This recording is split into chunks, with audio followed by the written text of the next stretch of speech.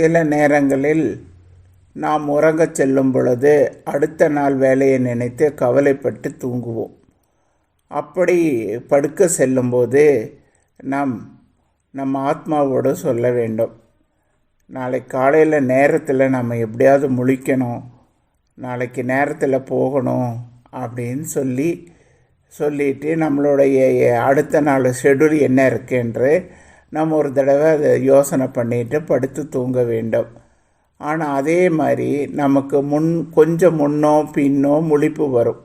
அப்படி முழிப்பு வந்தால் எந்திரித்தவுடன் ஆத்மாவுக்கு ஒரு நன்றி சொல்லிவிட்டு சூரிய நமஸ்காரம் செய்துவிட்டு காலை கடனை முடித்து பின் குளித்து நம் யோகா செய்பவரா இல்லை தியானம் செய்பவராக இருந்தாலும் சரி, இல்லை பிரார்த்தனை செய்பவராக இருந்தாலும் செய்து முடித்துவிட்டு நம் கடமைகளை செய்தால் அன்ற நாள் முழுவதும் சுறுசுறுப்பாக இருக்கும். வணக்கம்.